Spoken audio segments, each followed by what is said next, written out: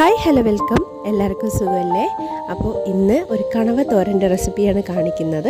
അപ്പോൾ ആവശ്യമായിട്ടുള്ളത് സവോള, ഇഞ്ചി വെളുത്തുള്ളി പേസ്റ്റ്, പച്ചമുളക്, കറിവേപ്പില അരിഞ്ഞത്, മല്ലിയില അരിഞ്ഞത്, ഒരു മുറി തേങ്ങ, പിന്നെ ഇച്ചിരി പുളി വെള്ളത്തിലിട്ട് പിഴിഞ്ഞതാണ്. അപ്പോൾ ആദ്യം തന്നെ നമുക്ക് ചട്ടി അടുപ്പത്ത് വയ്ക്കാം. എന്നിട്ട് ഒരു അല്പം വെളിച്ചെണ്ണ അതിനകത്തേക്ക് ഒഴിക്കാം. പിന്നെ എണ്ണ ചൂടാകുമ്പോൾ കടുകിട്ട് പൊട്ടിക്കാം.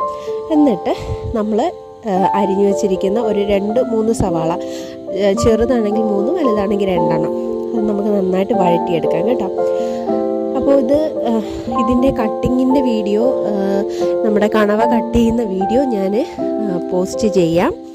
അപ്പോൾ എൻ്റെ ചാനൽ ഇഷ്ടമാണെങ്കിൽ please subscribe to my channel. എൻ്റെ വീഡിയോ സപ്പോർട്ട് ചെയ്യണം.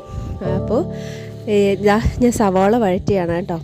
ഞാൻ വലിയ കുക്കിങ്ങിൽ എക്സ്പേർട്ടൊന്നും അല്ല, എങ്കിലും ഞാൻ എൻ്റെ വീട്ടിൽ ചെയ്യുന്ന കുക്കിങ്ങൊക്കെ നിങ്ങളുമായിട്ട് ഷെയർ ചെയ്യുകയാണ്. അപ്പം നല്ലതാണെങ്കിൽ നിങ്ങൾ സപ്പോർട്ട് ചെയ്യണം.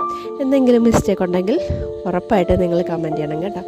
അപ്പോൾ ഞാൻ ഇഞ്ചി വെളുത്തുള്ളി എല്ലാ പേസ്റ്റ്, പച്ചമുളക് എല്ലാം ഇട്ടിട്ട് വഴറ്റി, ഒപ്പം കുറച്ച് മഞ്ഞൾപ്പൊടി ഇട്ടിട്ടുണ്ട്. ഇനി ഇത് ഒന്ന് നന്നായി വഴണ്ട് വരുമ്പോഴത്തേക്കും മുളക് പൊടിയിടും. പിന്നെ 1 സ്പൂൺ മുളക് പൊടി കേട്ടോ. പിന്നെ അതിൻ്റെ ഒപ്പം മല്ലിപ്പൊടി.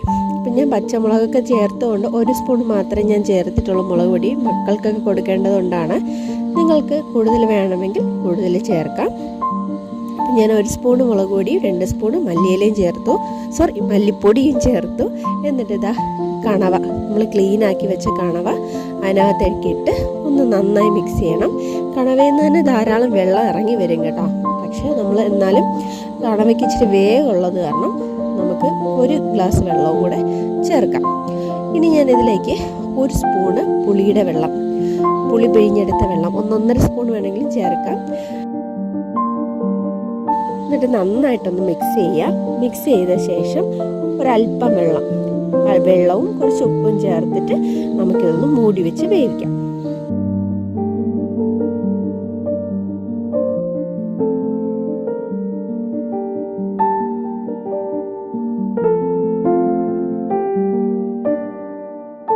പത്ത് 15 മിനിറ്റ് ഞാനിതിനെ മൂടി വെച്ചൊന്ന് വേവിച്ചു കേട്ടോ.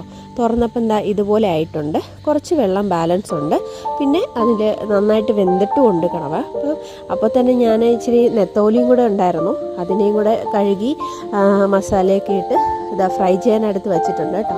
അപ്പോൾ ഈ ഒരു സ്റ്റേജിൽ ഞാൻ ഇതിലേക്ക് 1 മുറി തേങ്ങ ചതച്ച് വേണമെങ്കിൽ നമുക്ക് ചേർക്കാം, അല്ലാതെ ഇങ്ങനെ ഇടാം. അപ്പം ഞാൻ സത്യം പറഞ്ഞാൽ മടി കാരണം ഇങ്ങനെ അങ്ങ് ഇട്ടു. ചതച്ച് ചേർത്ത് ഇച്ചിരി കൂടെ ടേസ്റ്റ് ആയിരിക്കും കേട്ടോ. അപ്പോൾ പിന്നെ നമ്മൾ മീറ്റ് മസാലയാണ് ചേർത്തത്.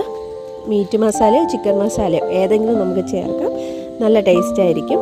പിന്നെ അവസാനം ഇച്ചിരി മല്ലിയില അരിഞ്ഞതും 1 സ്പൂണ് വെളിച്ചെണ്ണയും കൂടെ ചേർത്തിട്ട് നന്നായിട്ട് ഞാൻ മിക്സ് ചെയ്ത് ഇതങ്ങ് ഇറക്കും. ഇത് ഞാൻ ഇച്ചിരി ലൂസായിട്ട് തന്നെയാണ് എടുത്തത്.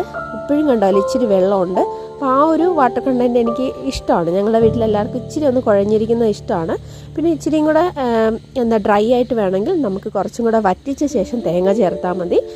അപ്പോൾ കണവത്തോരൻ നല്ല സൂപ്പർ റെസിപ്പിയാണ് കേട്ടോ, നല്ല ടേസ്റ്റാണ്. അപ്പോൾ വീണ്ടും കാണാം പുതിയൊരു വീഡിയോ ആയിട്ട്. അതുവരെ ബൈ.